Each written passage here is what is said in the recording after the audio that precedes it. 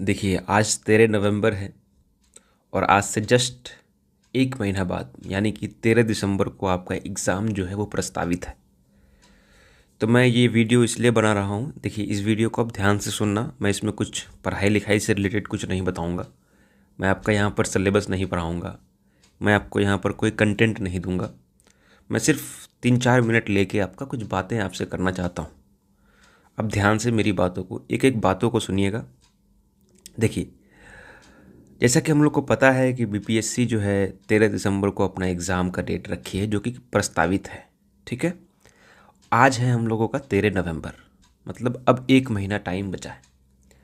BPSC पिछले 15 दिन से एक अनसुलझे मुद्दों को हम सभी के बीच रख दी है। वो यह मुद्दा है नॉर्मलाइजेशन। नॉर्मलाइजेशन और पेपर का सेट्स डिफरेंट डिफरेंट होंगे। तो इससे क्या होगा, ये तो आपको सबको पता है कि क्या क्या नुकसान है, क्या क्या फ़ायदा है। बट अभी फ़िलहाल क्या हो रहा है, मैंने बहुत सारे बच्चों का रिक्वेस्ट देखा, कमेंट देखा। मैं देख रहा हूँ कि बच्चे मेंटली परेशान हो रहे हैं। बच्चों को ये पता नहीं है कि मुझे कहाँ से पढ़ना है। जैसे कि एक सेट में एग्ज़ाम होती है तो बच्चे कुछ कुछ इम्पोर्टेंट सेक्शन को पढ़ते हैं अच्छे से, कुछ कुछ जो इम्पोर्टेंट नहीं है पीवाईक्यू के बेस्ड पे तो उसे छोड़ देते हैं। बट अगर 3 सेट हो जाएगा या मल्टीपल सेट्स होंगे तो बच्चे ये डिसाइड नहीं कर पाएंगे कि कौन सा पोर्शन इम्पॉर्टेंट है, कौन सा पोर्शन इम्पॉर्टेंट नहीं है। तो ये कह सकते हैं आप कि बच्चे जो हैं वो स्मार्ट स्टडी नहीं कर पाएंगे। क्लियर? तो इससे क्या हो रहा है कि इससे बच्चों का जो है वो मेंटल मतलब मानसिक तनाव काफ़ी बढ़ रहा है। तनाव काफ़ी उनको बढ़ रहा है। और इसी तनाव को देखते हुए बीपीएससी ने ये कही थी कि 15 नवंबर को हम बच्चे, पेरेंट्स और उनके बच्चे और बच्चे के पेरेंट्स और टीचर्स के साथ मीटिंग करेंगे। बट अभी तक कोई भी नोटिस या कोई भी मतलब ऑफिशियल चीज़ें बीपीएससी के तरफ से नहीं आई है। मैं बस ये कहना चाह रहा हूँ बीपीएससी से, अगर आप लोग देखिए इस वीडियो को इतना लाइक कर देना कि मतलब बीपीएससी तक ये बात, बीपीएससी के रिकमेंडेशन में पहुँच जाए अब ये वीडियो। ठीक है, और कोई इनको चाहे तो सेंड भी कर सकते हैं। देखिए, बीपीएससी से मेरा अनुरोध है कि आप 15 नवंबर को जो आप पेरेंट्स स्टूडेंट टीचर मीटिंग रखने वाले थे उसका अभी तक आपने नोटिस नहीं जारी किया है, जो कि काफ़ी, ये तो और भी बच्चों को टेंशन दे रहा है। ठीक है, तो आप नोटिस जारी कीजिए। अगर आप एग्ज़ाम नहीं लेना चाहते हैं 13 दिसंबर को और इसी तरह से लेट लतीफ़ी करना चाह रहे हैं कि ऐसे ही करके थोड़ा सा और टाइम बढ़ाएंगे, थोड़ा सा बच्चे और तनाव में रहेंगे, तो फिर आप ये भी बता दीजिए कि आप एग्ज़ाम नहीं ले सकते हैं 13 दिसंबर को। अगर आप एग्ज़ाम लेंगे 13 दिसंबर को तो आप ये कैसे कर सकते हैं कि किसी का एक महीने बाद एग्ज़ाम है, कोई बच्चा एक महीना बाद एग्ज़ाम देगा, अपनी ज़िंदगी का सबसे इम्पोर्टेंट लड़ाई लड़ेगी, वो इतना इम्पोर्टेंट मतलब अपने ज़िंदगी को, अपने करियर को लेके इतना बड़ा लड़ाई लड़ेगा और उनको यही नहीं पता होगा कि मुझे हथियार कौन सा चलाना है। बताइए, अगर आपको ही किसी वार में भेज दिया जाए और आपको ये बताया ही नहीं जाए कि कहाँ वार है, क्या है, नहीं है, कहाँ वहाँ का जोग्राफिकल लोकेशन क्या है, कुछ है, तो आप तो वहाँ पर शहीद ही होके आएंगे। कोई चांस नहीं है, वो ऊपर वाला आपको बचा ले तभी। तो बीपीएससी अभ्यर्थी को क्यों मतलब शहीद करना चाह रही है, मुझे आज तक ये चीज़ समझ नहीं आई। मैं बीपीएससी से 3-4 चीज़ों का रिक्वेस्ट करूँगा। देखिए, आपके पास मशीनरी है, आपके पास इतने मतलब गवर्नमेंट आपके साथ, आप 1-2 दिन आज ही निकालो ना, शाम तक पोलिंग का सिस्टम, अपने साइट्स पे पोलिंग का सिस्टम निकालो। आप अगर वहाँ पर पोलिंग करवा देंगे तो हम लोग क्या करेंगे कि हम लोग अपना अपना ऑप्शन कर देंगे कि कौन सा हम लोग को लेना है, भाई नॉर्मलाइजेशन चाहिए हम लोग को या नहीं चाहिए।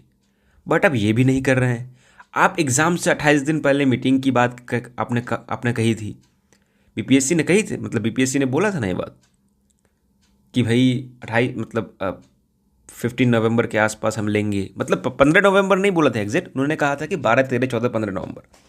आज तक 13 नवंबर हो गया, आपने आज तक कोई मीटिंग नहीं लिया। आप ये भी कह रहे हैं कि मैं पेरेंट्स के साथ मीटिंग करूंगा।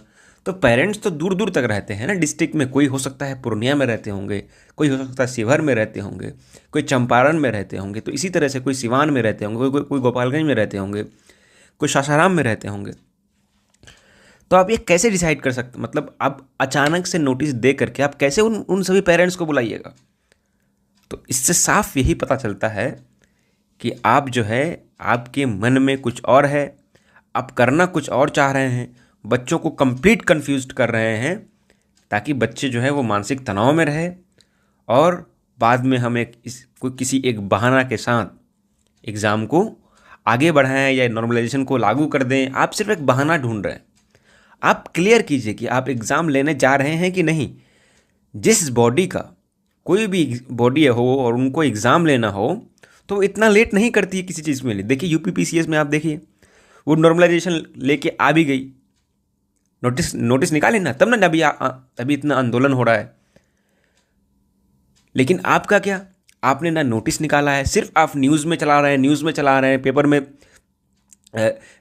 जर्नलिस्ट, यूट्यूबर, ये सारे लोगों को आप अपना बता रहे हैं। टीचर्स को बुला के मीटिंग कर लेते हैं, उसमें बोल देते हैं नॉर्मलाइजेशन लागू करेंगे।